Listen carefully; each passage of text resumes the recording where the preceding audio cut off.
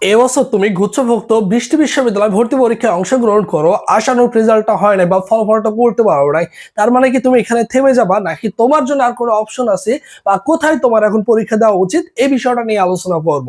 ঠিক আছে।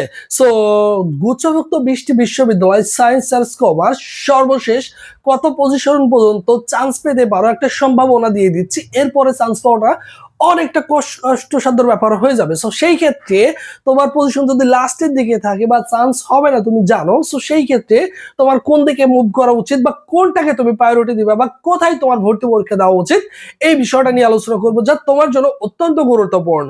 সো সেই ক্ষেত্রে দেখো, জিএসটি বা গুচ্ছ চান্স না হলে করণীয়। ঠিক আছে, দেখো তোমরা কিন্তু অনেকেই হতাশ, তো হতাশ হলে কিন্তু তোমাকে চলবে না। তোমাকে কি করতে হবে, তোমার যদি আরো কোনো অপরচুনিটি থাকে বা কোনো জায়গা থাকে অবশ্যই তুমি সেই সুযোগটা কাজে লাগাবা। ঠিক আছে। এখন দেখো, আসন সংখ্যা রয়েছে আমাদের কত, বিজ্ঞানে রয়েছে ৮,৫০০ কত 89টি আসন সংখ্যা রয়েছে। সর্বোচ্চ তুমি ধরে রাখো 15,000 প্লাস মাইনাস এর মধ্যে থাকলে তুমি আশা রাখতে পারো যে একটি আসন সুনিশ্চিত করতে পারবা। এর চেয়ে যদি বেশি থাকে তোমার চান্স না হওয়ার সম্ভাবনা প্রায় 95%। ঠিক আছে। এখন তার মানে তুমি শিওর হয়ে গেছো যে তোমার কিন্তু চান্স হচ্ছে না।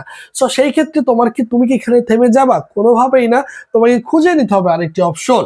এরপর দেখো, মানবিকে আসন সংখ্যা রয়েছে 2761 প্লাস মাইনাস, সর্বোচ্চ চান্স হতে পারে 6000 প্লাস মাইনাসের মধ্যে থাকলে তুমি একটা আসন সুনিশ্চিত করতে পারো।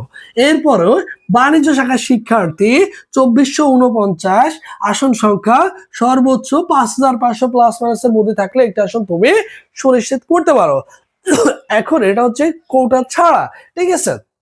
তোমার কি হতে পারে, চান্স হবে এই পজিশনের মধ্যে থাকলে, এর বাইরে থাকলে তুমি নিজেই জানো যে তোমার কিন্তু কোনোভাবে চান্সটা হবে না। তার মানে তুমি বসে থাকলে বা হতাশ হয়ে থাকলে আসলে কি চলবে?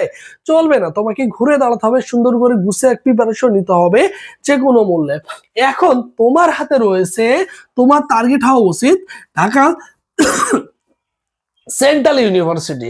এই ঢাকা সেন্ট্রাল ইউনিভার্সিটি যেহেতু ঢাকার মধ্যে রয়েছে 57তম পাবলিক ইউনিভার্সিটি আর 5ম স্বায়ত্তশাসিত বিশ্ববিদ্যালয়, যেমন ঢাকা, রাজশাহী, জাহাঙ্গীরনগর, এই যে সকল পাবলিক বিশ্ববিদ্যালয় রয়েছে তাদের মতো পাবলিক বিশ্ববিদ্যালয়। যেহেতু এটা পূর্ণাঙ্গ পাবলিক বিশ্ববিদ্যালয় হয়ে গেছে, যেহেতু এখানে আসন সংখ্যা অনেক বেশি রয়েছে, তোমার হাতে যেহেতু অপরচুনিটি রয়েছে, অবশ্যই একজন বুদ্ধিমান শিক্ষার্থীর কাজ হচ্ছে এখানে কি করা, পরীক্ষা দেওয়া। এখন বলতে পারো যে ভাই এটা তো কলেজ ছিল।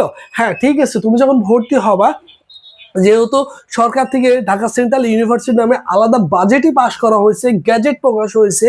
সো এখানে আস্তে আস্তে স্থায়ী ক্যাম্পাস অনেক বড় হয়ে যাবে সুন্দর করে। তুমি 4 বছর পড়াশোনা করতে করতে দেখবে যে ঢাকা সেন্ট্রাল ইউনিভার্সিটি ভালো একটা জায়গায় চলে গেছে।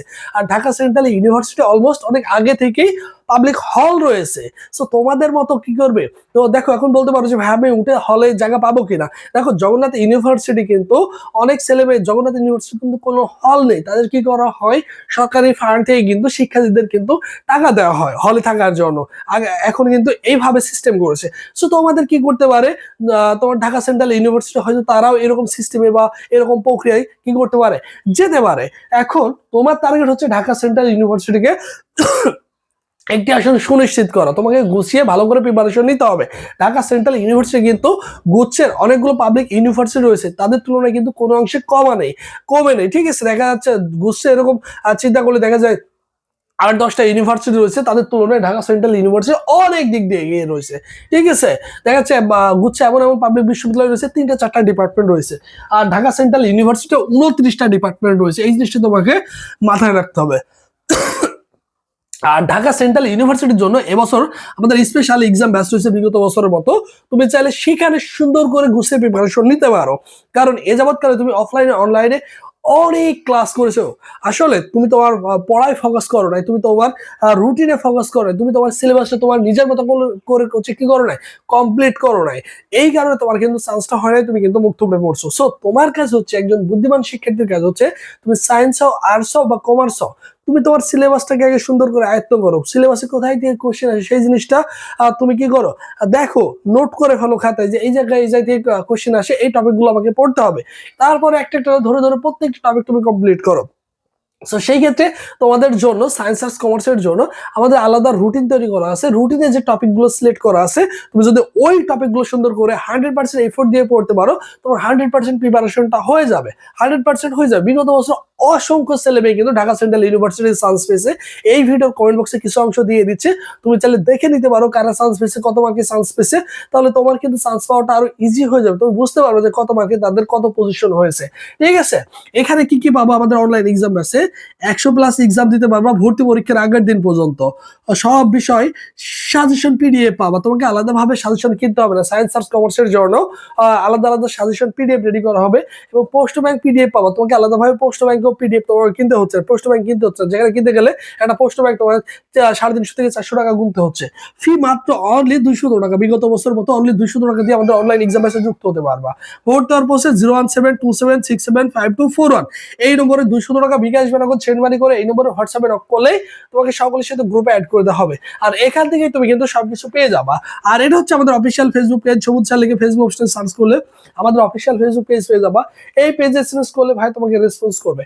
সো যে কোনো প্রবলেম ফেস করলে অবশ্যই অবশ্যই আমাদের সাথে কি করবা, অবশ্যই যোগাযোগ করবা, ইনশাআল্লাহ সব সমস্যার সমাধান দেওয়ার চেষ্টা করবো। ঠিক আছে, এছাড়াও যদি তোমাদের কারো কনফিউজ বা কোশ্চেন থাকে অবশ্যই ভাইয়ের কমেন্ট বক্সে কমেন্টে জানিয়ে রাখবা। সো সবাই ভালো থাকো, সুস্থ থাকো, পরবর্তীতে আবারও তোমাদের সাথে দেখা হচ্ছে।